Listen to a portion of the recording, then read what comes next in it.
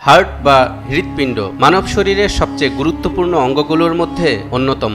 যে অঙ্গটি সচল থাকলে মানুষ থাকে জীবিত, আর অচল হয়ে গেলে হয়ে যায় মৃত। চিকিৎসা বিজ্ঞানের দেয়া তথ্য অনুযায়ী আমরাও এতদিন জেনে এসেছি হৃৎপিণ্ড হলো বুকের খাঁচায় সযত্নে রক্ষিত ছোট্ট পেশিবহুল একটি অঙ্গ, যেটা পাম্পের মতো কাজ করে পুরো শরীরে রক্ত সঞ্চালন করছে অবিরত। কিন্তু কখনো ভেবে দেখেছেন কি হার্টের রক্ত পরিসঞ্চালন করা ছাড়া আর কোনো কাজ আছে কি? হ্যাঁ দর্শক, হৃৎপিণ্ডের আরেকটি গুরুত্বপূর্ণ কাজ হচ্ছে চিন্তা ভাবনা করা এবং সিদ্ধান্ত নেয়া। কি অবাক হচ্ছেন? ভাবছেন চিন্তা ভাবনা করা আর সিদ্ধান্ত নেয়ার জায়গা তো মস্তিষ্কে, হার্টে নয়। কিন্তু এমন তথ্যই 1400 বছর আগে মহান আল্লাহ তাআলা কোরআনে দিয়ে রেখেছেন, যা আধুনিক বিজ্ঞান প্রমাণ করতে পেরেছে মাত্র কদিন আগে।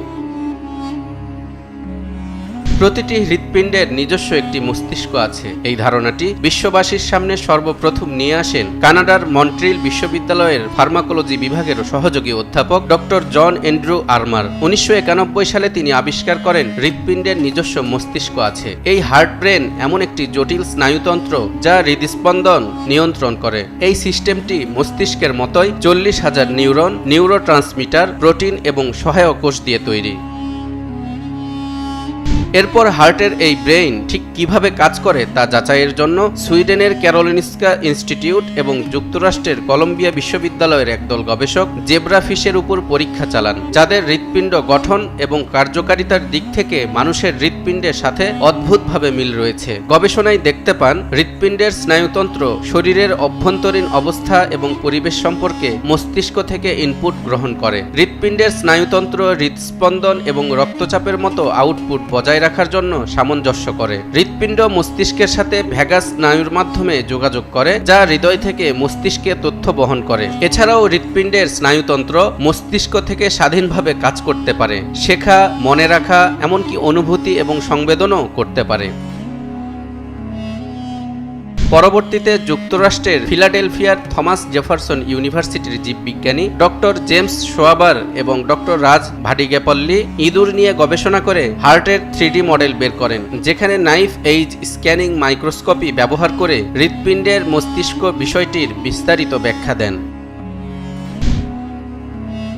ইসলামকে হৃৎপিণ্ডকে কাল্ব বলা হয়েছে। কাল্ব মানে অন্তর বা হৃদয়, যা মানুষকে নিয়ন্ত্রণ করে। কারণ এতক্ষণের বৈজ্ঞানিক আলোচনা থেকে আমরা জেনেছি হার্টের যে নিজস্ব মস্তিষ্ক রয়েছে সেখান থেকেই মানুষ চূড়ান্ত সিদ্ধান্ত নিয়ে থাকে। কাজেই কাল্ব যদি ভালো হয় তাহলে তা মানুষকে ভালো পথে পরিচালিত করে, আর যদি মন্দ হয় তাহলে তাকে খারাপের দিকে টেনে নিয়ে যায়। হাদিসে এসেছে, নোমান ইবনে বশির রাদিয়াল্লাহু তাআলা আনহু বলেন, আমি রাসূলুল্লাহ সাল্লাল্লাহু আলাইহি ওয়াসাল্লামকে বলতে শুনেছি, জেনে রাখো দেহের মধ্যে এক টুকরো গোশত আছে, যখন তা সুস্থ থাকে তখন সমস্ত শরীরই সুস্থ থাকে, আর যখন তা নষ্ট হয়ে যায় তখন সমস্ত শরীরই নষ্ট হয়ে যায়। স্মরণ রেখো, তা হলো কলব।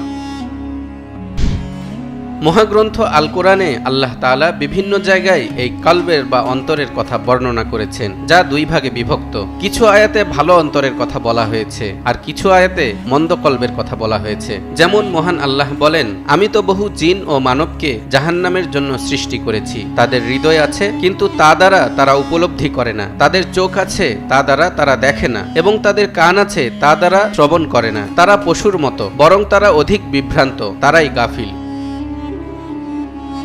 অপর আয়াতে বলা হয়েছে, যে হৃদয় ভালো মন্দ নিরূপণ করতে পারে না, সবকিছু স্পষ্ট হলেও সে থাকে অন্ধের মতো। আল্লাহ বলেন, প্রকৃতপক্ষে চোখ অন্ধ হয় না, বরং অন্ধ হয় সেই হৃদয় যা বক্ষদেশে বিরাজ করে। অন্যদিকে যে অন্তর সব ধরনের খারাপি থেকে মুক্ত ও পবিত্র, তার জন্য রয়েছে নাজাত। আল্লাহ বলেন, তবে যে ব্যক্তি আল্লাহর কাছে উপস্থিত হবে সুস্থ মন নিয়ে, সে মুক্তি পাবে।